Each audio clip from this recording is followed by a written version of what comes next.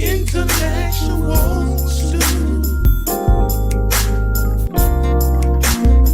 Intellectual stew with James Kirkland. Powerful and provocative, prophetic and practical, Have you ever found yourself? Are you dating for that person? informative and I feel inspirational. every bit of it. Like, I'm not trying to waste my How you gonna do better if you don't know what better looks like? I do. Intellectual stew. Come on, let's talk about it with me, the mind massager. Intellectual stew. Intellectual stew with James Kirkland.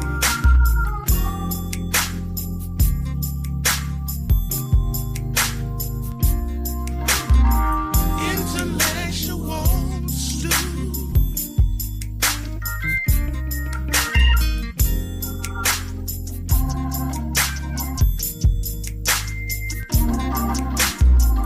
Intellectual stew. Intellectual stew.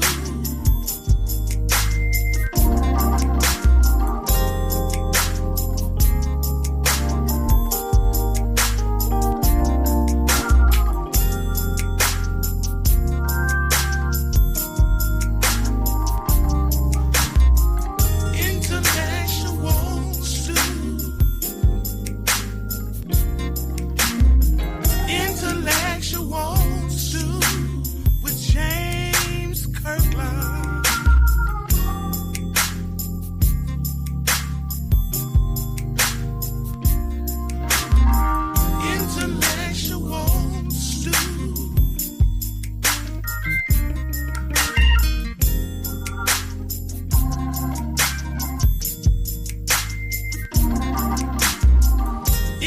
Intellectual stew.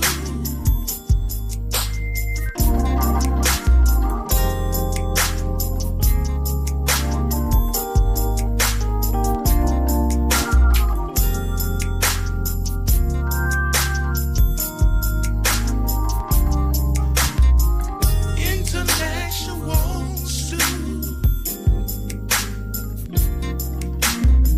Intellectual stew with James Kirkland.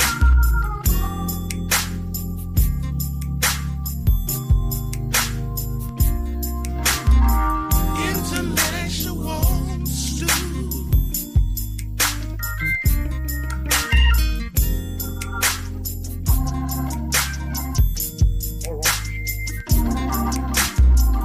Intellectual stew.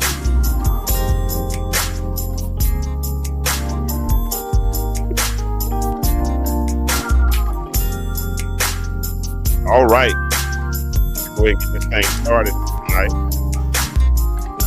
Come in and speak. If you can hear me, put a 1 in the comments. If you can hear me, let me know you can hear me. Okay, looks like we're transmitting. Let me see if I can cut this music off before it starts again. All right, I got it. All right, what's up? What it do? Time for another episode of the Intellectual Stew with yours truly. What's up, little bro? James Kirkland, aka the Mind Massager. And this month we are, because it's October, we are highlighting, if you will, Domestic Violence Awareness Month. Domestic Violence Awareness Month. At least I'm trying to. I had a couple of guest dentists who were supposed to be coming on and sharing their story, but this, I think this one this week says she had death in the family. Last week the young lady ended up going to the hospital, so I understood that, and I understand either way. I really do. I understand it. So I appreciate it either way. You know, we're gonna have a show. The show must go on. Sometimes I try to chicken out. I try to get out of it, but I have those in my corner who keep saying, no, you got to keep going. So I'm going to keep going. And as long as 2 or 3 of y'all show up, then we're going to continue to do what we plan on doing. So So we're going to continue this theme, if you will, of domestic violence awareness, Domestic Violence Awareness Month. Hey, what's up, Patricia? Hey, long time no see. Tell your sister we up.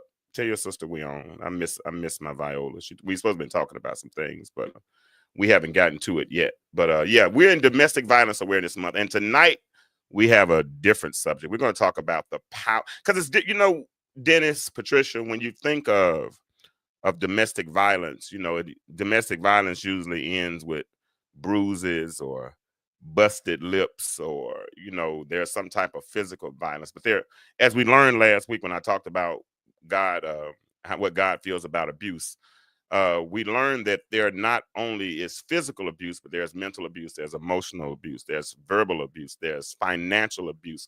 There are all different types of abuse, and we're going to talk about one in particular tonight. We're going to talk about the power of words when verbal abuse becomes violence. The power of words. The series that we're doing this month is entitled Love Shouldn't Hurt.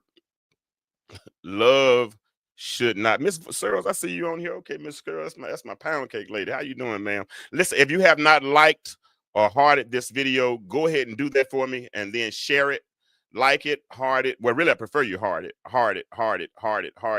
and share it. All of you all share. So if it's 5 people on here, it should be 5 shares already. If you all would do that for me, I would appreciate that. And we'll get into the meat of the matter tonight. The power of words when verbal abuse becomes violence. Because understand, Patricia, understand, Miss Searles, understand, Dennis, that love should not hurt. So what's up, fam? It's me, it's your boy, James Kirkland, aka the Mind Massager, and you are tuned in again to the Intellectual Stew. Now, this month we've been doing a powerful series entitled Love Shouldn't Hurt. And today we are diving into one of the most overlooked but most damaging forms of abuse or domestic violence, called verbal abuse. So if you have not shared this yet, go ahead and share it, because somebody needs to hear this tonight. Let me send this to somebody I know that probably wants to be on. So let me let them know that we're on. I have certain people who just show up and I get kind of accustomed to seeing them. All right. So our topic today is called The Power of Words when Verbal Abuse Becomes Violence. I had somebody on the show last week because, like I said, most people usually talk about the physical form of abuse, but I had a gentleman on the show last week, and he talked about, hey, what's up, Viola? He talked about when he hears his wife or females in his life that end up becoming verbally abusive. He said he retreats, and he appreciates the fact that his wife doesn't like hunting, or she doesn't like fishing, or she doesn't like doing outdoor things, because that gives him a moment. What's up, Cynthia? That gives him a moment to be able to retreat. And I asked him a very pivotal question in that moment, Viola. Cynthia, you were there last week. I asked him, I said, when you hear that voice, do you hear them or do you hear your mother?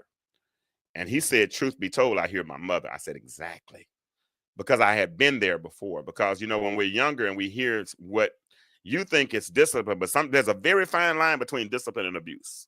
There's a very fine line between discipline and abuse. And what you call discipline can be coming off with abuse if it's not properly served correctly, right? Because as children, we try to figure out these things. We're trying to learn love. And the person that's supposed to be nurturing us, sometimes when it seems like that word is abuse, it can create confusion. And what it ends up doing is it doesn't only affect us then, but it shows up in our adult lives. It shows up in our future relationship. Our future spouses and future girlfriends have to deal with all that. And when we hear that voice and we think about you, we retreat. We shut down because I don't want to go there. I don't want to go there because I can. And if I go there, it's not a safe place. And I don't know how it would end up. So it's best that I retreat. It's best that I get some type of separation, because people respond to verbal abuse differently. So now, before we get into it tonight, I want to say this. If you or someone you know is currently experiencing any form of abuse, physical, emotional, verbal, please know this: you're not alone. And there are resources, there is help, and there is healing available. Okay. All right. So let's start. Let's get started tonight. I see it's 5 people to chat. Only 3 have hearted it so far. Please like it. If you like it, what it does for me is it helps the algorithm. And it shows that it's activity on our page. And if it's activity on our page, guess what? Some people might come by and holler at us to talk to us for a little while, right? So please, ma'am, please, sir, heart it, like it, do something. Let so we can get this thing going on tonight. All right. So here's the foundation. Let's talk about this. We're talking about how verbal abuse can become violence. Let's start with the word. Let's start there first of all. All right. Here it is. Proverbs 18 and 21. Y'all know that by heart. I know you don't. If you don't, I'll tell it to you. I'll give it to you. Hold on. Proverbs 18 and 21. If you know it, say amen, whatever. But here it is.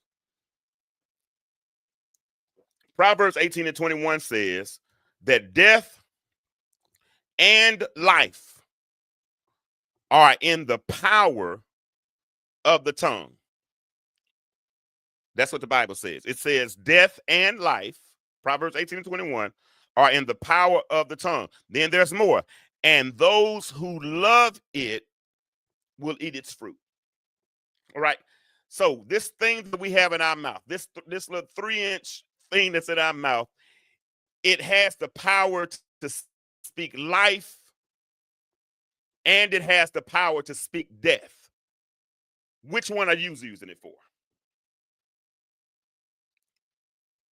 I'll wait. I'll wait. It has death and life. Both are in the power of the tongue, but which one are you using for family? That means that what you speak, here it is, what you speak, you live.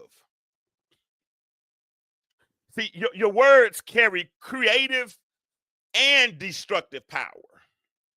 You can use your tongue to build peace or to ignite war in your home. It's just what you decide to use your tongue for, because your tongue has the ability, it has the power to speak both life and death. And it's powerful enough. That's why you got to be careful. I remember my dad told me about a kid that was working, that when he was working at the school up at North Rock School, and a little kid came to school.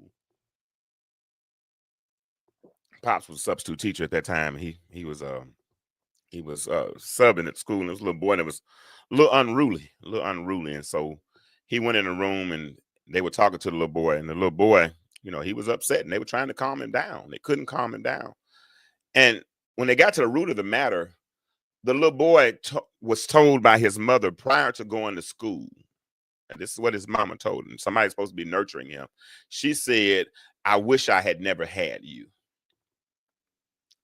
I wish you weren't born." That's what this mother told him, Miss Searles, on his way to school. Now, my baby, Mackenzie, she's 21 now. She's a grown woman now. I love to see her growth. But when she was younger, Mackenzie, she liked to lay in the bed to the last possible moment and I ain't want to take her to school, because if she missed the bus, the ramifications were that I would have to take her to school. So, and I probably wasn't as mentally healthy as I should have been, or as mature as I should have been, and handling this situation. And when I didn't, I would yell, and I would, and rush her and tell her to hurry up. And then it got to the point where I would see her getting out of the car almost crying. And why would I put her on the bus with that mentality? And that same tongue that I was using, that could have been viewed as being abusive because it was tearing down, I could have been using that same tongue to lift her up. Could have woke her up 15 minutes earlier. Could have done, several different things I could have tried.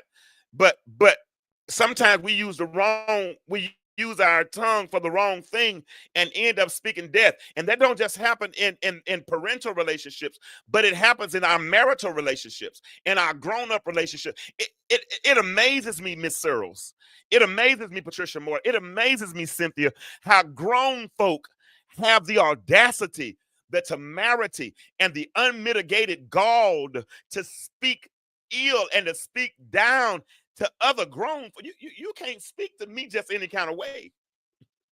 I mean, really, because once you speak down to me, I'm shutting down. I ain't hearing you. I'm like Charlie Brown. I'm like Charlie Brown in that moment, Dennis. The moment I hear your decibels go to a certain point, all I hear is womp, womp, womp, womp, womp, womp. Because I would, you know why? Because I wouldn't talk to you like that. So you can't talk to me like that. So I read an article a long time ago, and the article said it was talking about the art of fighting fair. That's what it was talking about, the art of fighting fair. And it said when you fight fair, anything you can say now, say it in 5 minutes and see if you can put a different temperature on it. Because if you put a different temperature on it, you might get a different response. Because if you get a response that you were not expecting, like me shutting down, like me using some 4-letter words, I'm trying not to do that because I don't argue with people I can't fight. But if your words are abusive, you're going to get the ramifications. What mama and them used to say, Dennis, you're going to get it where you gave it. And I don't really want to do that. I don't want to do that. So let me back up. Cynthia said, amen, Cynthia. Cynthia said, you can't speak to me any kind of way. And I wouldn't. And because the thing is, I don't want war with somebody I'm in a relationship with. Somebody I'm sleeping with, somebody that I'm cooking food, that's cooking food for me, or I'm cooking food. I don't want war with you. You know what I'm saying? Because you might have a bad moment. you might have a bad moment, you know what I'm saying? And I'm sleeping, I'm vulnerable in that moment. And So let's be respectful, and let's not use our verbiage as violence, right? See, some of us, but this is the problem, Dennis Pittman. Look, bro, some of y'all ain't shared this yet. I need y'all to share it for me. Share it. Here's the problem. Some of us grew up in households where yelling and cursing were the norm. And see, if you participate in dysfunction for so long, then what'll happen is dysfunction will kind of look like function. You'll think that dysfunction is functional because it's functioning. You're living, you're making your way through it. So it looks like dysfunction is functioning. So you're like, but that ain't normal. And because we thought it was normal growing up, Cynthia, Viola, those behavior patterns, Dennis, followed us into adulthood, right? And the same tone that we heard growing up, because you saw mama yelling at daddy, or you saw daddy going upside mama's head, or you saw what was not normal or shouldn't have been normal, things that you should have. My ex and I, we might have had 2 arguments in the 20 years we were married. Probably should have argued a little bit more. But even when we did, we didn't want to do it in front of the children because we didn't want them to think that was normal. I might have saw a little bit of it growing up, but it wasn't knocked down dry, But I've seen people cussing and speaking down and calling people out of their names and all of those things. And those patterns those attachment styles came from childhood, followed you into adulthood. Now it shows up in your marriages. Now it shows up in your relationships. Now it shows up in your parenting style. Your parents yelled at you, but you're going to yell at your parents yelled at you. You didn't like it, so you're going to do the same thing to your child. Your daddy slapped because it was discipline. You thought it was discipline. Somebody slapped you in the mouth when you was growing up.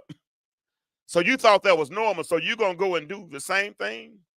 That's abuse. And there's a very fine line between discipline and abuse. Because listen, just because you were raised in it, don't mean you have to reproduce it. That's a bar, Dennis. That's a bar. Just because, there it is, because just because you were raised in it does not mean you have to reproduce it. You think it's normal, but it's not. But before we go a little deeper, what I want to do is I got a couple of videos I'm going to play tonight. So y'all ride with me tonight, okay? Have y'all heard my new song yet?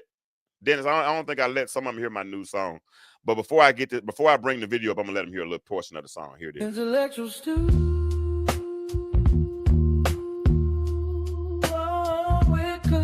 the truth. Hey. Intellectual stew. Real raw and relevant for you. With James Kirkland guiding through the deep, the light, the old, the new intellectual stew. All right. I just wanted to hear that right quick. I'm sorry, y'all. I didn't mean to subject y'all to that. I apologize if that was too much. But that's gonna be my song. But that's my music. Every time I make a transition, that's gonna be my song. All right. So here's the first video I want y'all to hear. Y'all check this out right quick. Check this out. But because what I'm gonna say now, this is just before we get started. Let me say this. It's just acting. This is a skit. This is skit, but it's powerful because it depicts what many couples experience every day. So I want you to listen carefully, not just to what they're saying, but I want you to kind of listen to how they're saying it. Okay, here's the first one. All right, whatever. Do what you do. Cool. Okay, cool. Cool. Cooler. Bro. Sis. Yo, look, I'm gonna be good. And I'm gonna be better. I'm gonna be very better. Okay. All right, say less. And less was said. All right, now that's funny to an extent, but some people really do talk like that. Have y'all ever experienced anything like that? Cool. Somebody and in those situations, somebody got to get the last word, right? And when somebody always got to get the last word, there comes the tension. And some people even say, Viola, do you like that? Viola, you like them? You got to get the last word in your relationships. Cynthia, do you got to get the last word in your relationships? You got to one up the person you're with. When you start doing that, that's verbal abuse. And that's equivalent to violence in a relationship. Because it's like little kinks. And now I know some people like to break up to make up. What you say? Hold on. Miss Searles just said something. Let me put it up here. Let me put it up. She said, y'all, let's talk about the video. I'll play it again. Nobody is listening. They're competing. Look at it. Watch All right, it. whatever. Do what you do. Cool. Okay, cool. Cool. Cooler. Bro. Sis. Yo, look, I'm gonna be good. And I'm gonna be better. I'm gonna be very better. Okay. All right, say less. And less was said. Yeah. What do y'all see? Miss Searle said she noticed that nobody else listening. What else do y'all see in the video other than, unless the wine is playing a part, because sometimes alcohol will give you liquid courage. Sometimes liquid to give you, but he called her bro. I hate when men call women bro. I only like women calling me bro too much, but he called her bro. Then when she called him bro, or he called her bro. When he called her bro, she called him sis. Then he said, I'm good. Then she said, I'm better. It's just like one keeps one up in the other. But if you listen close, it's not an argument. It's verbal warfare. Now they're playing, and they can, that's just a skit, and some people learn from the skit. And you ought to hear people. You ought to go read some of the comments on some of the skits, because some people that watch that interaction, they're triggered because it reminds them of their relationship. Because and you know what's crazy, when we see people fighting, what's one of the first things we do? As soon as we see somebody fighting, what's one of the first things we do? We choose sides. Don't we? Let me ask you, have you ever found yourself arguing like that? Raising your voice, cutting deep, saying things you can't take back? Because when you say words like that, you can't take those words back. That's why it's important to realize the power of that scripture.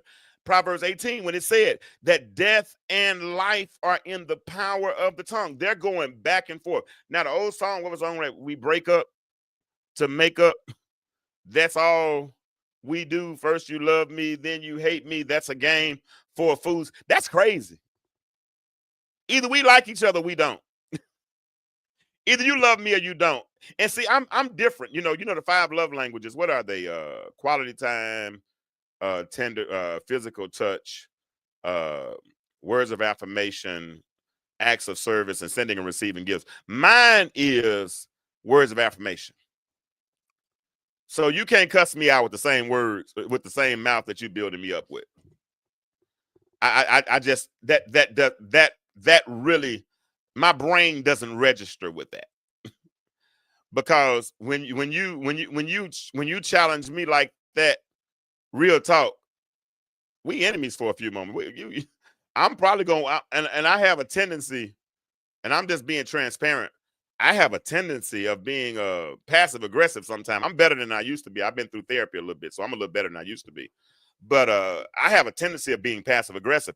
And if you just cuss me out or just talk down to me or spoke ill to me or you did something crazy like that, and then you come back a few minutes later like we cool,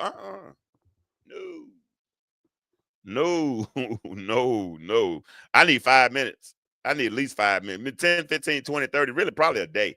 I ain't gonna lie, because when you start, verbal abuse is like choosing violence in relationships, especially when you're talking to other grown people. That's the part that gets me. And in this Domestic Violence Awareness Month, we have to realize, we have to be super careful and realize that when you're talking to other grown people, and they're grown people that you're in a relationship with.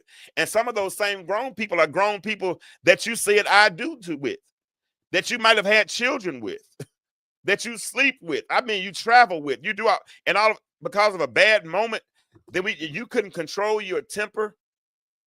You allowed that attitude to show up the way that it did, and that attitude took it to a whole nother altitude because things escalated to the point where now you're no longer. Does that make sense? So, family, this is what it means when we say death and life are in the power of the tongue, because those words don't just leave your lips, they linger in the heart of the person that you love. Because you'll find yourself saying, I can't believe that person said it to me. And me personally, what it makes me say is, what made you feel so comfortable to talk to me like that? Maybe I'm the only one. I don't know. Maybe y'all are y'all used to, are y'all think it's good? Y'all, it's healthy for some of y'all to argue. Y'all are cool with arguing. Like I said, maybe I should have argued a little bit more, because I don't know. I asked Viola, I asked the question. Well, I asked myself the question. I hadn't put it out there yet. And maybe y'all can help me with this question. Dennis, Cynthia, Miss Searles, Viola, y'all can help me with this question. I don't have the prompt to put it on the screen, but here's the question. Do you think that suppressing emotions leads to pent up aggression? Do you think that suppressing emotions leads to pent up aggressions? That's a question I want to ask you all, because I think part of my life, and like I said, therapy is teaching me a lot. It's helping open up some understanding and taking me in some holes that I thought I had probably covered a bit or whatever. It's taking me into some different areas and let me know that in my life I have suppressed a lot of emotions. I probably didn't love like I should have loved. Okay, Dennis. Dennis said absolutely. Oh, I didn't put the link in the chat for those who want to jump on.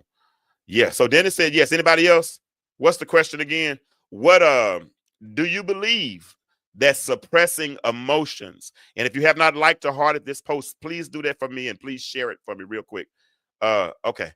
If you suppress your emotions, do you think that it can lead to pent up aggressions? Dennis said absolutely. Dennis said absolutely. Viola said it can lead. Yes, it can lead up to pent up aggressions. Anybody else? What do y'all think? To join the show, I'm gonna have a testimony period in a minute, in a few minutes, y'all. So if anybody wants to come on and share your testimony with regards to helping someone that might be going through verbal abuse, you can definitely jump on in a little while. Okay. But let me see. Yes, because it's going to show up sooner. Or okay. I like that. I like that. Miss Searle said yes, because it's going to show up sooner or later, because pressure busts pipes, right? And when you have pent up aggression, that's pressure. And that mean I used to Dennis, I wish I could come up. I wish I could come up with a I wish I could come up with an invention for a tongue band-aid. I wish I could come up with a tongue band-aid, because there have been so many times that I bit my tongue, and that was my way of handling that. Hey, Donna, yeah. That was my way of suppressing that emotion, right? And I think for a long time as a child, there were moments that I suppressed those emotions. And as I got older, I kept suppressing. And then that became pent up aggression. And then I found ways to handle aggression that I probably shouldn't have used. Those were ways that I shouldn't have handled. Does that make sense? Because now you start seeking solutions in sources that are not necessarily the sources that we should be seeking solutions from. If you're not seeking a solution in any other source other than the Savior, y'all know what I'm standing on. Then sometimes those solutions can subtly take you out, right? Not suddenly, but subtly. I mean, piece by piece, little by little, those little things begin to chip away and take you out. So when we're talking about abuse and how verbal abuse becomes violence, many men, like my homeboy said last week, rather than erupt and blow up, we retreat and say, hey, I'll be back in a minute. But when I come back, I'm coming back with an attitude. Let me see what Dennis says. Okay, Dwayne said. He said, ask yes. But here we go. Let me read what he said. But I also believe we have went to the other extreme, and as a society, became overly expressive of emotions that were meant for the person to deal with, not share. That's a good one, because we don't know how to handle emotion. And with boys, a lot of us are not. We were taught we weren't supposed to show emotions. We weren't supposed to show emotion. And Dwayne, I can remember my bit older cousins, Daryl, and all them. Man, they hit us in our chest so hard, and then tell us not to cry. It hurt. I mean, that mess hurt. I mean, it hurt bad too. But so we carry those behavior patterns into our relationships. And if we don't have a woman, or if mama, here it is, because Dwayne said something a few weeks ago, a couple of months ago. He said that boys are trained by their fathers and nurtured by their mothers. So when we don't receive that nurturing, and we go into a marriage or relationship ill prepared, and we don't know how to express our emotions, then the woman that we're with end up dealing with our growing on the curve. And if they don't let us learn on the curve, right? Because so many now, they'll divorce you if you step on their toe. If you didn't get if you put the toilet tissue over instead of under, they might, that's grounds for divorce in this day and age. But if you got two people who are willing to grow together, who realize the power of two becoming one, right? And they realize that growth means groaning, but groaning means stretching, and stretching means that we're growing. We're my shoes. I mean, I haven't always worn a size 12. There was a time I can remember I wore a 6, but over time things stretched, and that was an indication of the growing. And if we do that in relationships, watch our mouths, make sure that we don't allow abuse to creep in. Then it gives us the fertile ground that's necessary for a relationship to sprout in the direction that it's supposed to be expressing. Now, some of you might be asking Kirk, how do I know if what I'm saying or if what I'm hearing is verbal abuse? That's a good question. How do I know if what I'm hearing or if what I'm saying is verbal abuse? So let's listen to an expert. I told you I got a couple of videos we're going to go through tonight, so y'all ride with me, who breaks this down clearly and compassionately, right? Now, this is Dr. Kim Sage, a licensed psychologist, and what she's talking about are the different types of verbal abuse. Some are obvious, and some of these might surprise you, but it's about a minute, so y'all ride with me for a moment. Hold on, I got to put my transition music on again. Have y'all heard my new song yet? Hold on, here it is. Yeah, we're stirring up the view.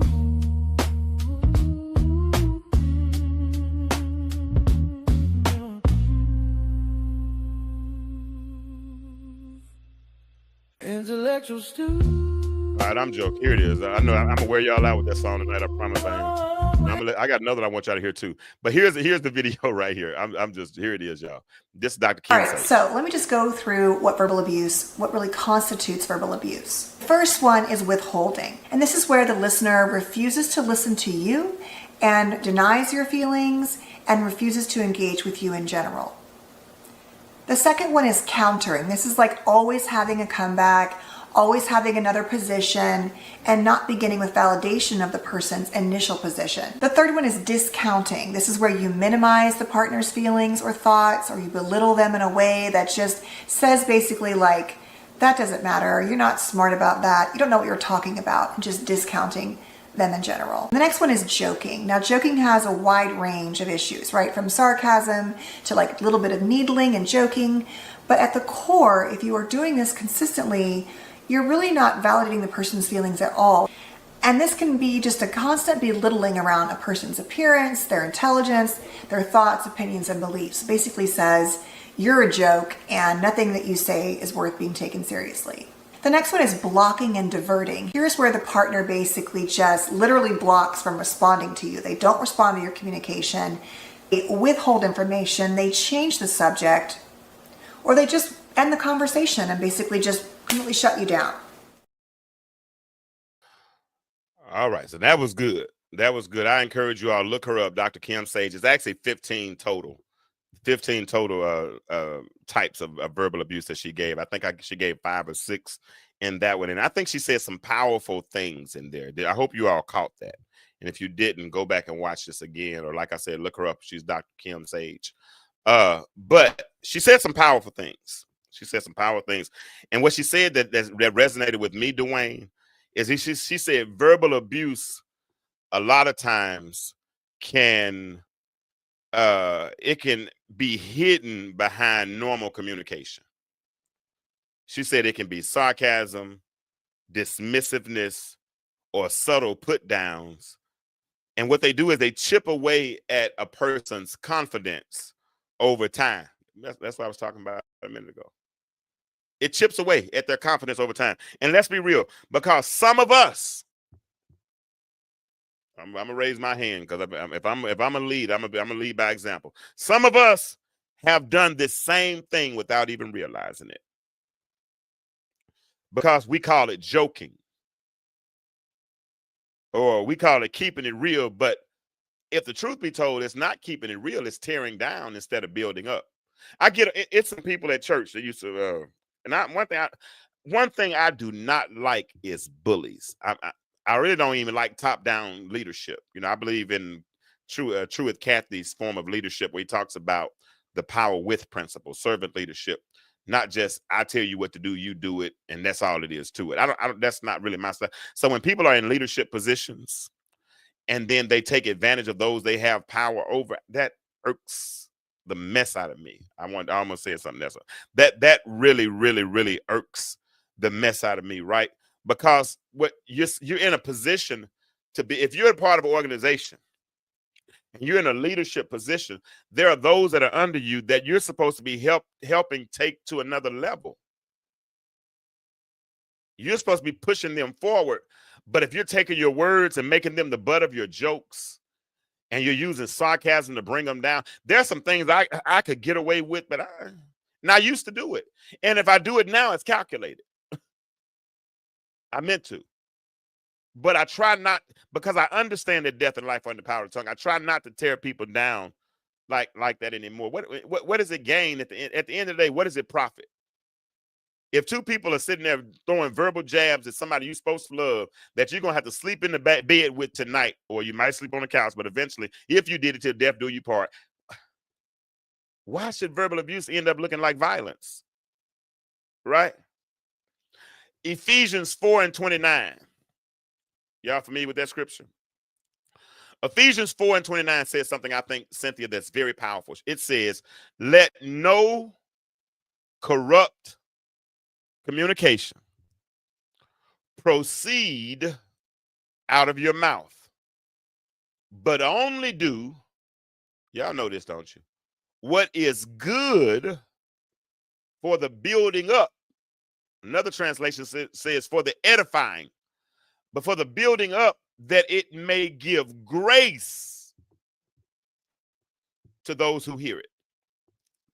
That's Ephesians 4:29. Now, we did a whole series on grace, so y'all understand what grace is. Grace, God's redemption at Christ's expense. We didn't have to pay for it. We didn't have to barter for it. We didn't have to buy it. It was something that was freely given unto us. And because it was freely given unto us, we should be able to freely give it to other people. But the problem is a lot of us can't receive grace is because we've not yet learned how to receive grace. We don't give grace, but and then here it is, a lot of us don't think we qualify for grace. We don't think we deserve grace because we're stuck in the grace gap. What's the grace gap? That's when you're stuck in guilt, resentment, anxiety, condemnation, ego, all of these things. If we participate in these things make us feel unworthy. So therefore, we don't receive the grace that God is trying to give us. And therefore, we keep a gap between us and the grace that God is trying to give us. But when we realize, when we sure enough know that we know that what we know, that we've been forgiven, and that whatever we've done is under the blood, it's been washed, it's been thrown into the sea of forgetfulness, never to rise against us anymore. Once we realize that and we receive the available grace, then we start giving out grace. Does that make sense? Does that make sense? If your words don't bring grace, are they bringing grief? That's a question. If your words are not bringing grace, are they bringing grief? And if your tone, because tone has a lot to do. I had to get on somebody the other day. They said, why don't you speak to me? I said, because of your facial expression. And I might be wrong, but if you're looking at me like I got dirt on me and you don't serve that much of a significance to me, I probably won't speak because I feel like you got something going on. And when you work that out, then we can talk. Right? So if your word, if your tone does not bring healing, is it bringing harm? So I want you to listen to this next clip. It's a little bit longer, not very long, but it's not very, and I'm not going to play the music this time. But it's a little bit different, but it talks about the patterns of abuse, patterns of verbal abuse. And I want you to pay attention to which ones sound familiar, because either things you've said or things that you have been said to you, there's a pattern to this. So here, I want y'all to watch this. We're going to get through it tonight. I appreciate y'all.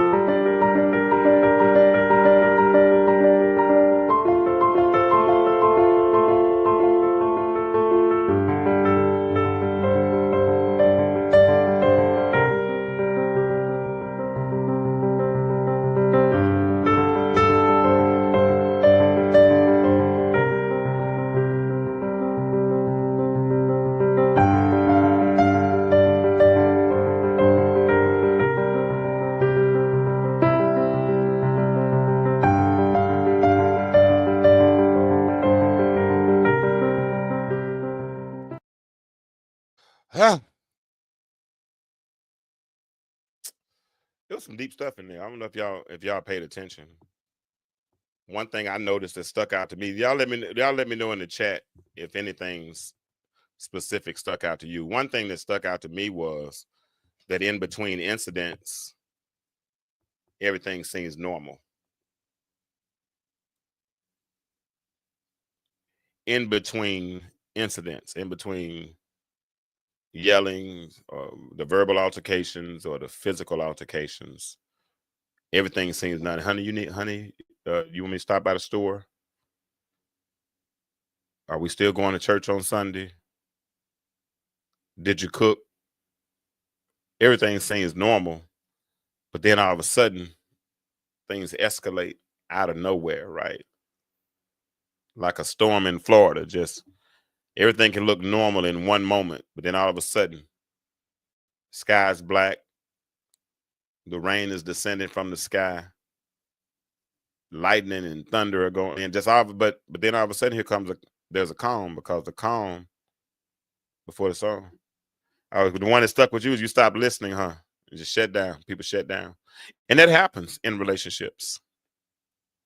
And in that video, there were 10 patterns that often accompany, or 10 patterns of verbal abuse. And another thing I saw, Cynthia, that stuck with me was it said that the abuser defines the relationship. And when that abuser defines a relationship, his view of the relationship or her view of the relationship is totally different than the one who's being abused. There are patterns to this. And if you recognize any of those patterns, listen. Patterns like withholding, countering, blaming, trivializing. These are all ways that people control others with their words.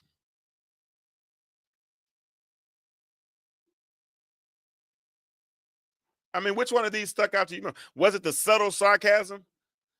They put you down when they get around certain family members? Or when certain people come around, they can't handle the pressure, so they need an outlet, and so they make you the outlet? Because there's a pattern to verbal abuse, and the one that's doing the abusing oftentimes does not realize that they are occupying an abusive position in your life. If you recognize even any of these patterns in yourself, don't feel condemned. Because some of us are doing this. Don't feel condemned. You know what I want you to do? I want you to feel convicted. Because conviction means that God is giving you a chance to change.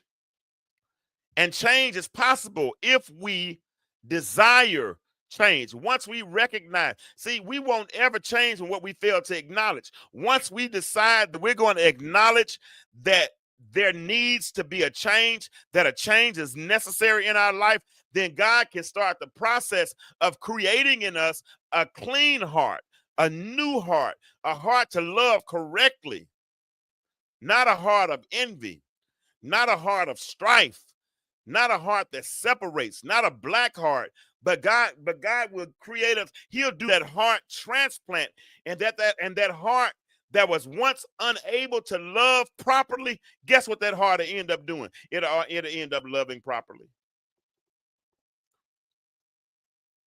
But it all starts not with condemnation. It starts with feeling conviction. But we're almost done. I appreciate you all for hanging out tonight. But let's shift gears now, and I want to look at the long-term damage this kind of communication causes. Because verbal abuse, it doesn't just hurt feelings, it shatters trust, safety, and love. Because when people think they have the power or the ability or the right to talk to you any kind of way, I can't rock with you like that. And so therefore I can't trust you, because I don't know what you might end up saying at the wrong moment or in the wrong setting. And if I click, then I'm in jail and everything. Or we divorce me. I don't want to go down that road. I don't want to go down that. So if I don't, the best thing for us to do is to talk to each other like we got some sense, right? So I got one more clip, and then we're gonna almost be done. This next clip is from Judge Lynn Toller. She's seen countless relationships destroyed by harsh words, and she had a couple in her courtroom, and she explained the emotional and psychological toll that verbal abuse takes on both people. Now, this one's heavy, but it's eye-opening. So I want you to pay attention, and we'll discuss it as soon as she finishes. Okay, here it is. School, if you're tearing me down, like his favorite line is, "It's your best interest to keep me happy. If you don't cook and clean, what do I need you for?" She's taking two different subjects and making it into one sentence. No, I'm not. Well, I think verbal abuse, and it mentally messes with me. Let me ask you this: do you say stuff like that to her? Yes. And let me explain to you what it did to her and why it ends up in the school thing. If you are in a relationship with someone who picks at you like that and says things to you like that, it destabilizes you. It makes you frightened, it makes you afraid, and it makes you question your very worth. It doesn't seem like it would do that, but it does, especially it's over time, and it's from the person who's supposed to love you, understand you, and know you the best, is telling you you aren't anything. And when you continue to get that message over a long period of time and said, you best keep me happy because I'm the best thing that you have, you're diminishing her. And it changes who she is and how she feels. Having said that, I'm going to say this. Should nothing stand between you and the doors of a school, especially if you're with a guy who talks that kind of stuff to you. Your response is, I am better than, and I can move on, and I can have more, and my life is much bigger than you are. And if you want to go, step. Always be in a position to tell a dude he can step. The more education you have, the easier it is for you to tell him to step. And once he knows you can tell him to step, he stops that nonsense. Yeah, that was a good one. Because, and Judge is on.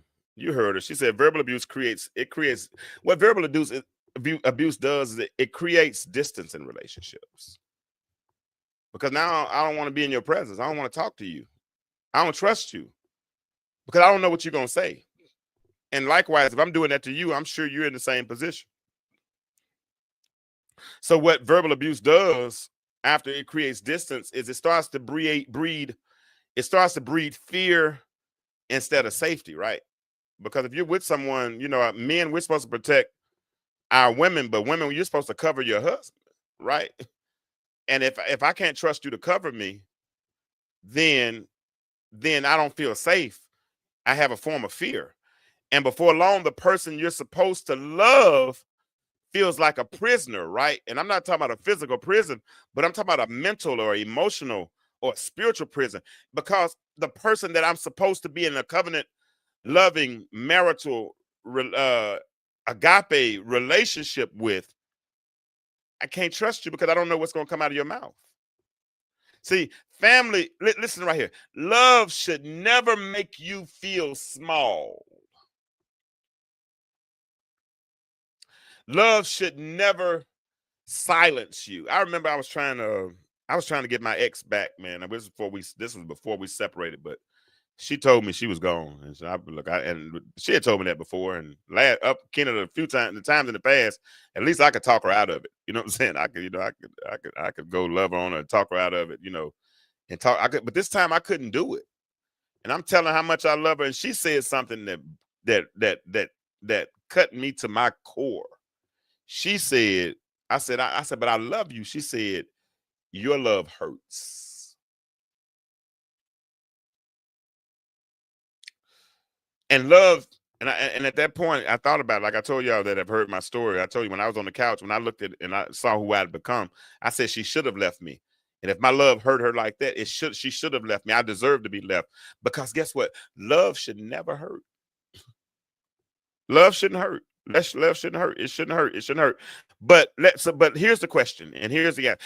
How do we heal from verbal abuse that ends up becoming violence? How do we heal from it? There are 4 ways that we heal from it. The first thing we do if we're going to heal from it is we have to acknowledge it. We got to stop pretending that this bickering and going back and forth and yelling at each other and all these types of things, we got to stop acting like that's normal. If you have a bunch of yelling and fussing and fighting in your relationship, y'all need to acknowledge that, because that's not normal. And it has lasting ramifications, especially if you're reading children. My parents got this whole rhythm thing. My daddy, he'll complain his behind off, but he loved that woman to death. He loves that woman to death. Now, they don't argue. They have their little bantering and stuff, and it's fun to watch them. It's fun. But they've been doing it since 1979. So how many years? That's 46 years. Yeah, they were here this year that we celebrated 46 years of anniversary, 46 years. So number 1, we acknowledge it. Number 2, once we acknowledge it and we see that there's a problem, what do? We seek help. Some things you cannot do alone. You have to seek help. Find counseling. Get pastoral support. Look into getting therapy, but seek help. Next thing, set boundaries. Set boundaries. You are allowed to protect your peace. If someone is damaging or trying to attack your peace or trying to disturb your peace, baby, you are allowed to protect your peace. So you set boundaries. So number 1, acknowledge it. Number 2, seek help. Number 3, set boundaries. But here's number 4, and this is a good one. Relearn your language. Relearn your language. There's a prayer you can pray. You can say, Lord, teach me how to speak life again. That's an easy prayer. Lord, teach me how. This tongue that's speaking death, this tongue that's creating violence in my relationship, this tongue that's creating damage in my relationship, teach me how to speak life again, because I could have just fallen into a routine.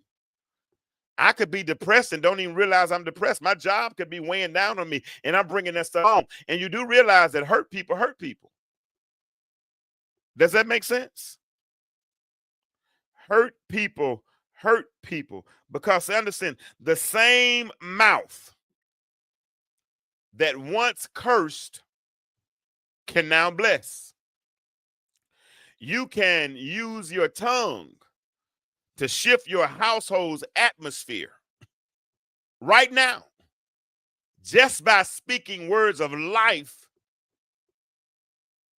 There's one thing I'm trying to do now, even in my relationships as I've gotten older, is that if I'm trying to really, really keen on work on corrective behavior. When someone tells me that I'm not doing something that they would prefer that I be doing, especially if I'm trying to have a relationship with that person, and I'm not doing something, or I haven't said something, or I've done something wrong, you know what I do? I try to make sure I learn from that and implement it next time. Like if you're with someone and they need to be told that they're pretty. Now, I can sit here in my head all day long and say to myself, man, she fine.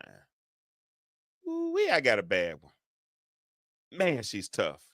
I could say it all day long, but if I never say it to her, she didn't hear it.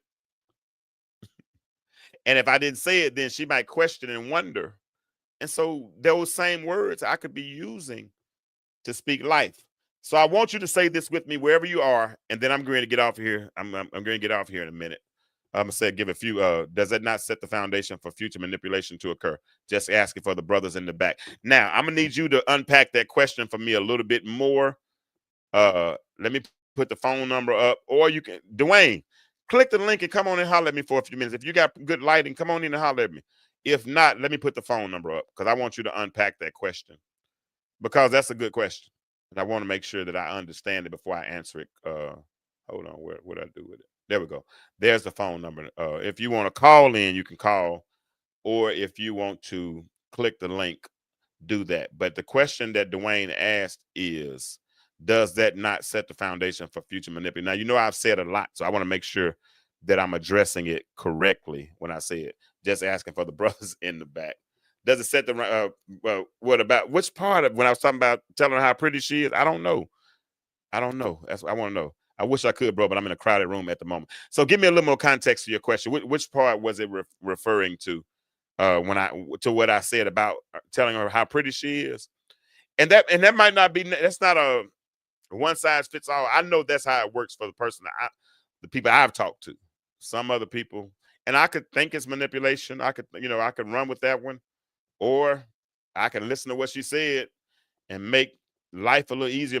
Okay, if someone needs me to tell them something to make them feel good about themselves, does that not reveal something deeper? I don't know, because I think there are certain things I need to hear, but with my love language being words of affirmation. I don't know. I mean, John Maxwell said this, and I agree with it wholeheartedly.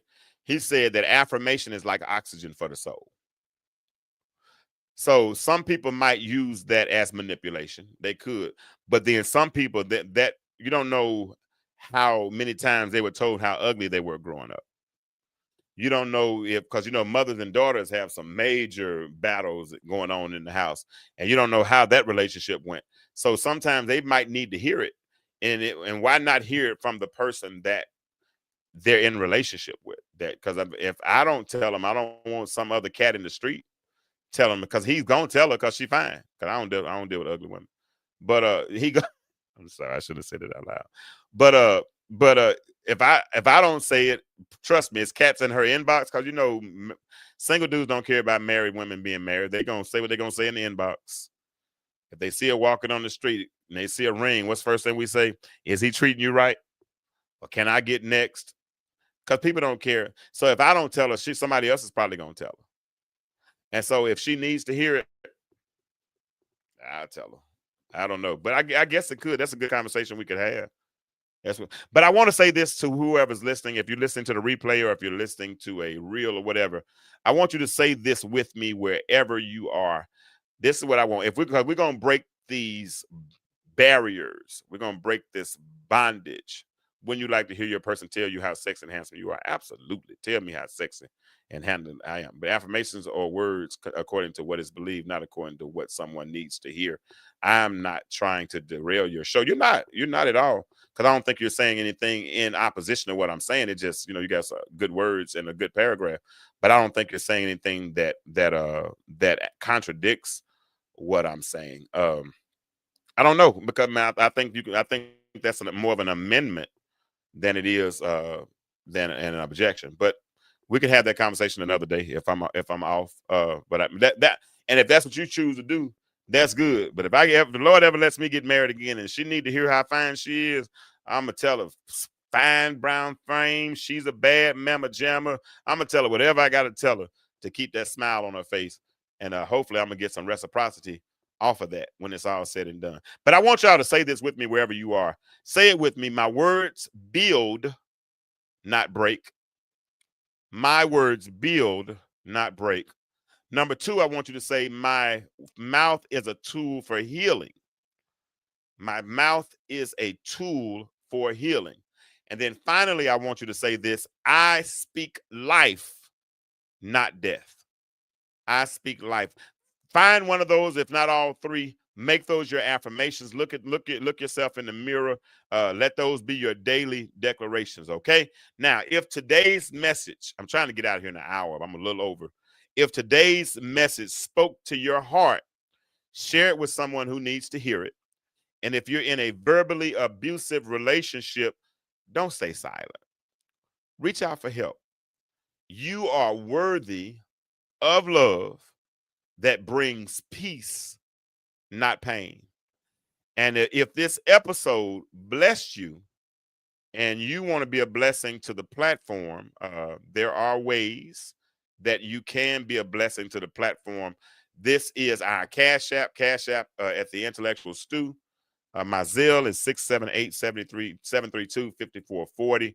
Or if you are using PayPal, you can use our email address, jkirkland2 gmail.com. There's 3 ways that you can support this platform. And I discovered a couple of weeks ago that I need to check my Cash App a little more often, because there were people who had been giving gifts and I was missing it because I don't check that Cash App very often. But it's a good thing because it was able to buy a few ads so we can kind of get the message out a little bit more. So make sure you're following us on all platforms. Instagram, I'm at the James Kirkland, KIRKLIN, number 2 _ the James Kirkland, KIRKLIN _ 2 _ Follow me on Facebook, or you can follow me on YouTube. If you're not following me on YouTube, I need you to do that for me.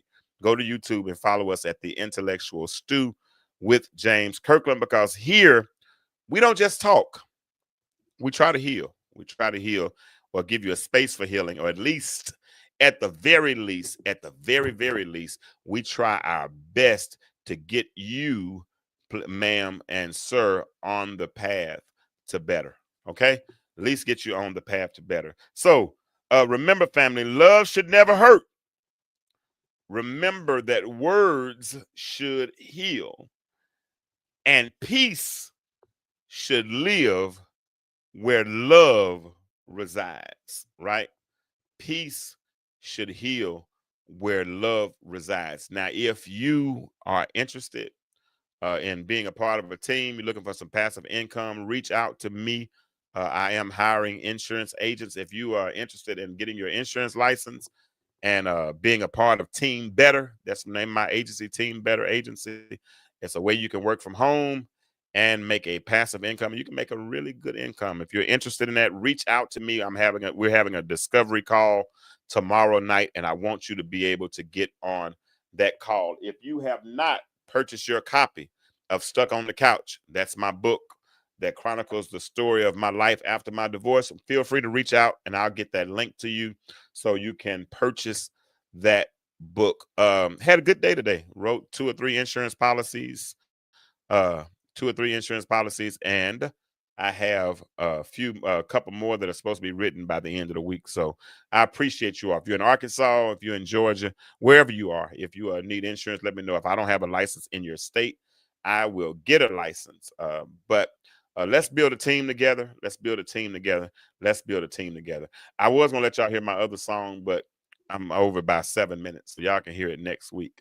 And I appreciate y'all. Until next time, I am James Kirkland II, a.k.a. the Mind Massager, reminding you, you can't get to better if you stay stuck in the state of stagnation that you're already in. I'm out. Remember this, the world is changing. My question for you is what? Why do you remain the same? Y'all have a good night, and I will see you all next time. All right? Intellectual Stew. Intellectual Stew with James Kirkland. Powerful and provocative. Prophetic and practical. Have you ever found yourself? Informative and inspirational. How you gonna do better if you don't know what better looks like? I do. Intellectual Stew. Come on, let's talk about it with me, the Mind Massager. Intellectual